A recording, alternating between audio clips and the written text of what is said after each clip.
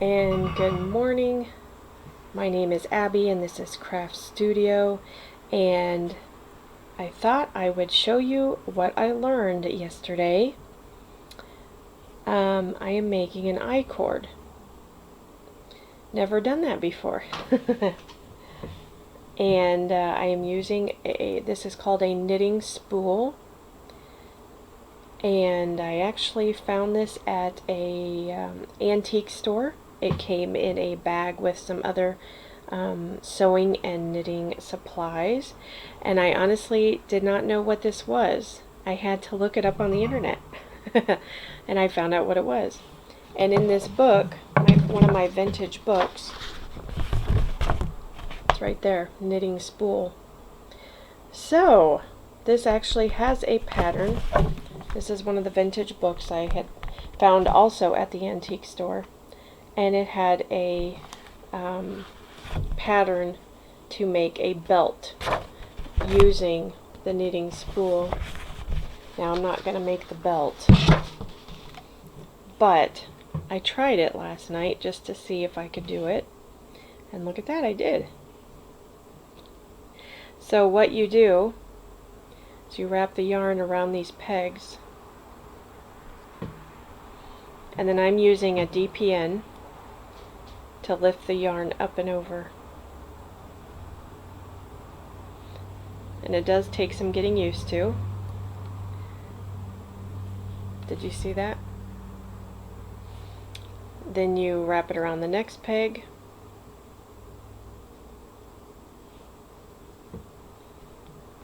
And you can pull and press down like that. And then I like to kind of catch the loop in the back. You pull it over and do the next one.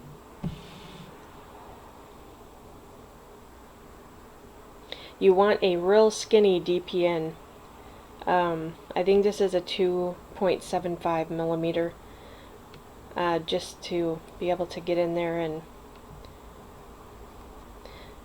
yeah, I started this last night and this is what it's looking like so far. I thought that was really cool. And you can use these for all kinds of things, and there are tutorials online, and I can show you actually how I started it off. There are tutorials and things, you know, ideas for what you can make. But anyway, I just thought this was really neat and I wanted to share with you guys. Hi, Mom. So there it is. Hi. Good morning. Good morning.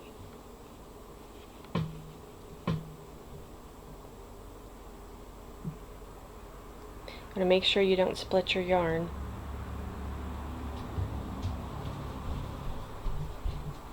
And I'm just using some leftover yarn from my chicken dishcloth, and I can share that really quick. I don't know if you can see it very well, but there it is. My chicken dishcloth is all done. This is Hobby Lobby 100% cotton. I love this yarn, and the colorway is Woods. And I did make one before this. It was blue. I ended up giving it to my friend, so I didn't have it to share. I can pop in a picture if I remember.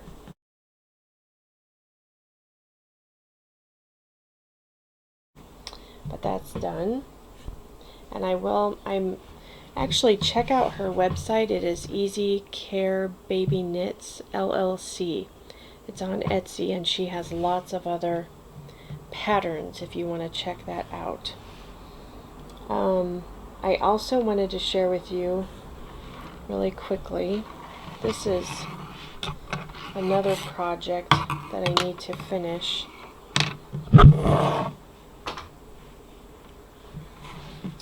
And as you can see, I did make some mistakes. I'm going to have to rip back, but I was having some trouble with my interchangeable knitting needles, and I wanted to share with you how to do that, how to switch them up, in case you don't know how. So this is an interchangeable knitting set. So you have your different size needles here, and then usually you have the cords in the back. And then it came with all these right here. And I wasn't sure what they were or what to do with them. It's like a little key.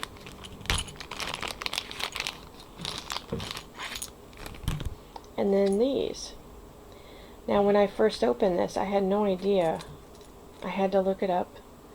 But I'll show you exactly what it is. So you pick out what size needle you want. I'm going to go with these 5.5s. So it's a US 9. So you get your cord. And this is a screw type, so you screw it in place.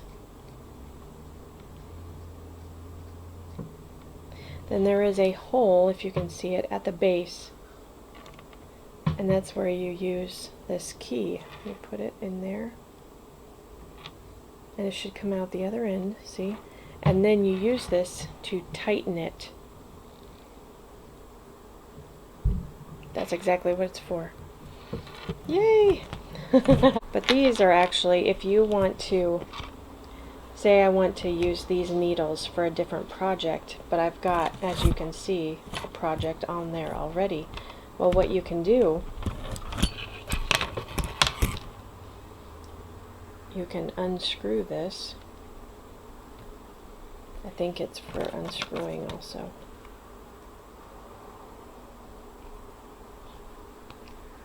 Yep. See, I couldn't get it unscrewed until I put that in there. Unscrew that. And then these, you screw on. Or I think you can, no, you screw it on. Okay.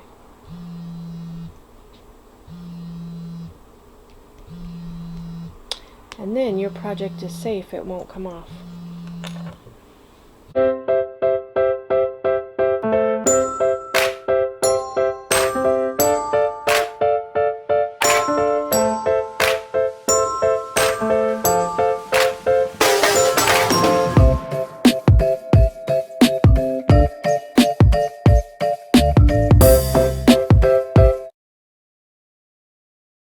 Okay, I am back in my yarn room.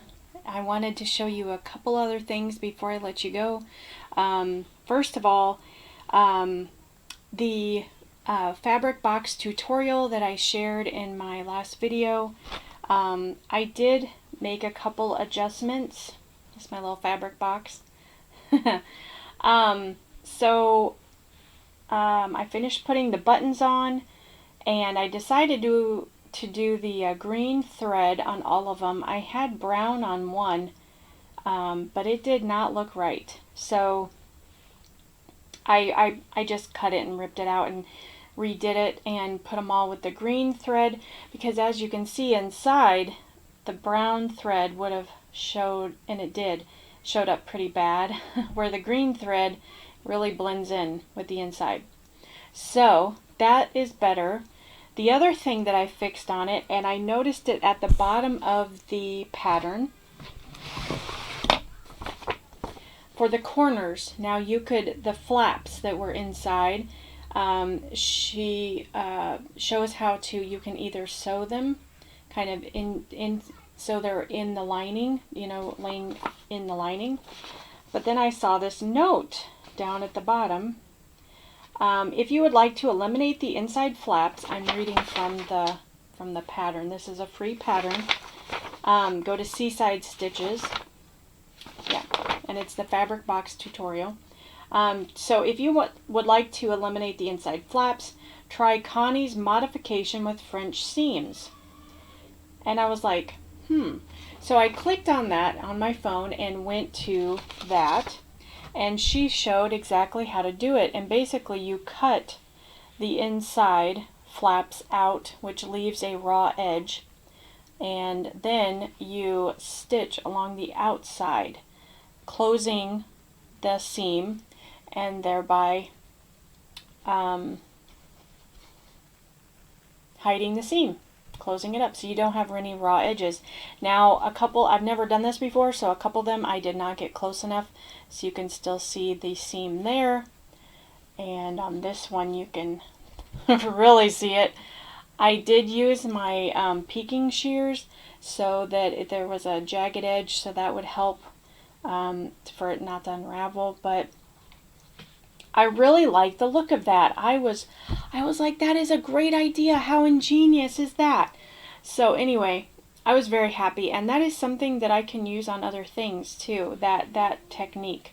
So go check that out. Very, very cool. Okay, so I wanted to share that. So again, this is the fabric box tutorial. Go to Seaside Stitches on her blog. It's a free pattern if you would like to make this little basket. Okay, so let's see. What else do I have to share? On my embroidery, I am not finished with the block yet, but I will go ahead and show my progress on it. This is a nursery quilt block set that I found at Hobby Lobby, and I love the little, it's very vintage. Little girls with bonnets and, you know, doing different things. I really love that, so I picked it up.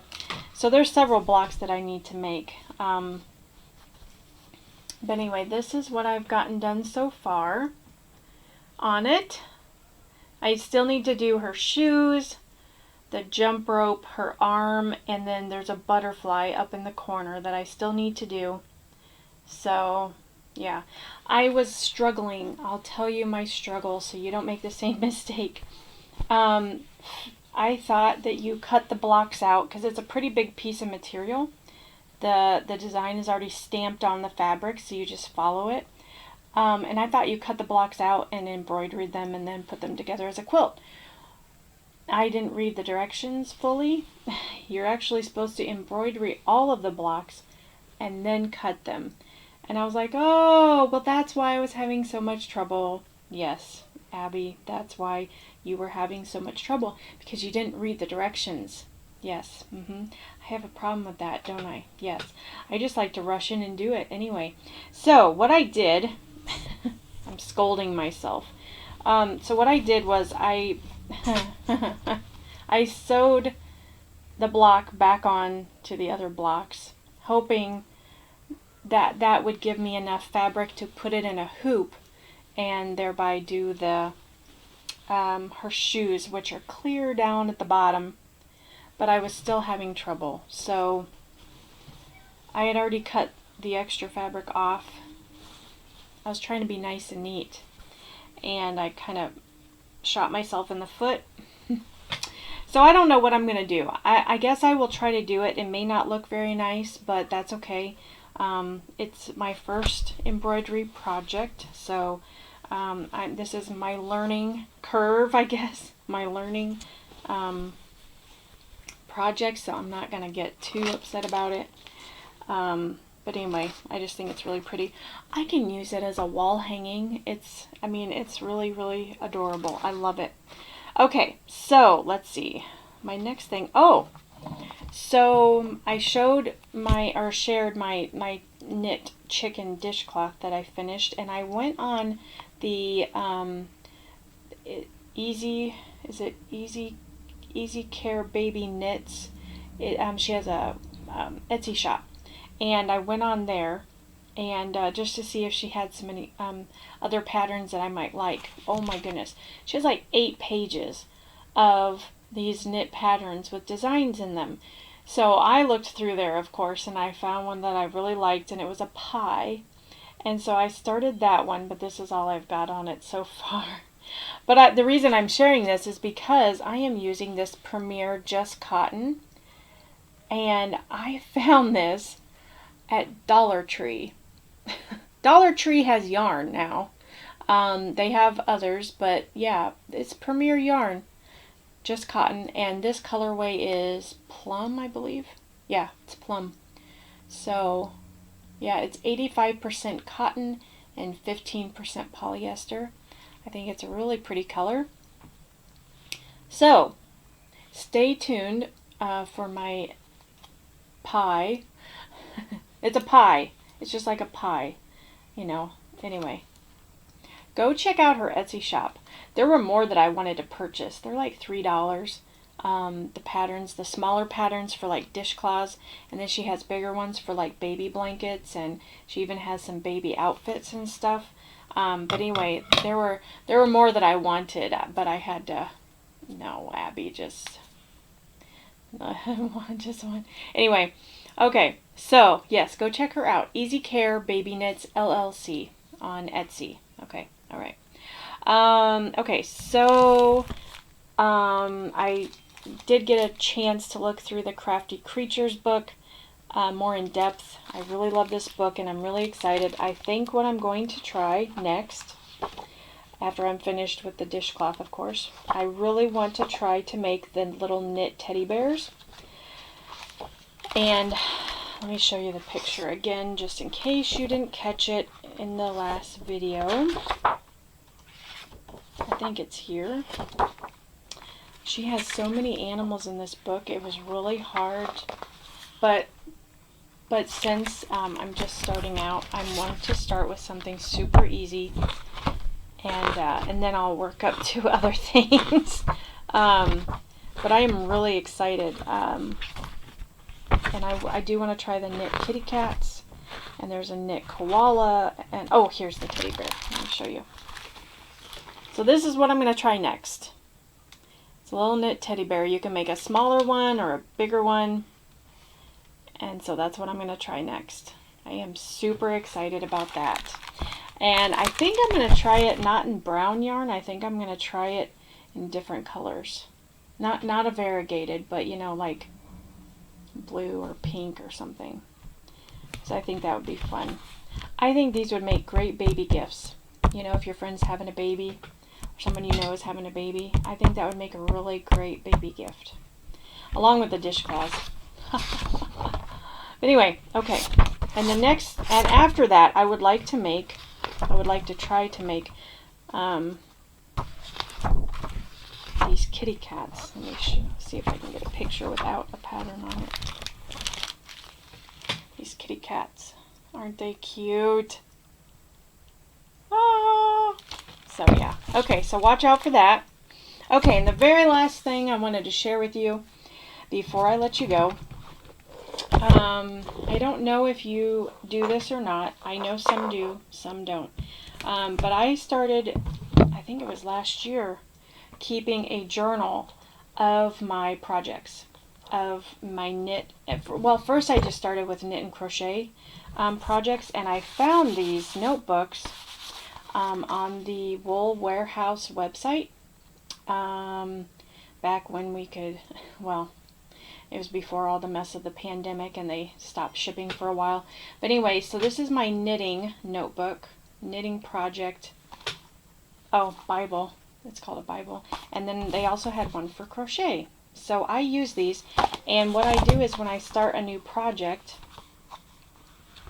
you write down the project name, the pattern source, where you got the pattern from, your start date, your finish date, what hook size you used, the yarn brand, yarn weight, the colors. It's just, you put down all your information. And then, well, there's lots of other stuff. I don't do all of it, but I put down the main parts. And I really like this because when I finish a project, I make notes of what happened, what went wrong, or what I did to change the pattern, or if it turned out fine, I do that. But it's really great, I think, especially if you're doing socks or some kind of garment to fit someone, to make notes. You know, I changed this and it helped, or this was too big, or this was too small. And I'm always changing hook sizes, so it's good to have that information too. So, and the knit one is exactly the same. Oh, and my daughter colored in this. My daughter got a hold of my book and colored in. Oh my goodness, in every single page. Every single page she colored. There's graphs on the other side of the knit. You can make notes. Oh, it is on the crochet one too. there's graphs. So you can make notes or you can use it up. But anyway, yeah, my daughter got a hold of this one and scribbled and drew in every single page. She even wrote me a letter in this one. Have to talk with her about that. Okay. But the other thing, I also started a journal for my sewing. When I started sewing, which was actually, it'll be a year I've been sewing next month. July is when I started learning how to sew. So I started a sewing journal, and I wrote down my very first project that I made with my mom because she helped me, and where I got the tutorial from, and then how many I made. These are just plain pages. So yeah, I write down, and then at Christmas last year, I wrote down what things I made as gifts and gave away, and the projects, like I made the Christmas quilted stocking, and I wrote down where I found it, where I found the tutorial, and how many I made. I made the Christmas hanging kitchen towels, and if I gave them away, I wrote down who I gave it away to. Christmas pot holders, Christmas oven mitts I never got around to. But anyway, it's really fun to look back and see where you started and see how far you've come. But also as a reference, if you want to make one of those things again, especially like the hanging towel, because I got that tutorial from a friend. She told me where it was online, and instead of, if I want to go make one again, instead of messaging her and saying, what was that tutorial you told me about a year ago, I just look in here and I wrote it down. So it's there. So that's awesome. I think that's great. So if you're not, and you don't have to buy anything fancy like this, if you just want to use a plain spiral notebook, you know, I think it's a great idea. There you go. Okay, so I have one more thing to share with you, and then I'm going to run out of here. My shop, Craft Studio Bags, I am having a sale until the end of this month. So it's half off, ready to sell items. Now, what a ready to sell item is, it's usually called ready to ship. It's a term used on Etsy. So if something is made and it's just ready to ship, that's what's on sale. Custom orders or pre-orders, things that you tell me what you want and I have to make them, those are not on sale right now. So anything that's in my shop that says now available, or something like along those lines, that is half off until the end of June. Now do stick around, because next month I am going to have a sale on custom orders. So that is when you message me and you say, hey, I would like this bag in this fabric, then I will have a sale on that. So yes, I think that's everything. So all right, thank you so much for watching. Take care. God bless. I will see you in the next video. Happy crafting. I'm going to go get my coffee because I haven't had it yet.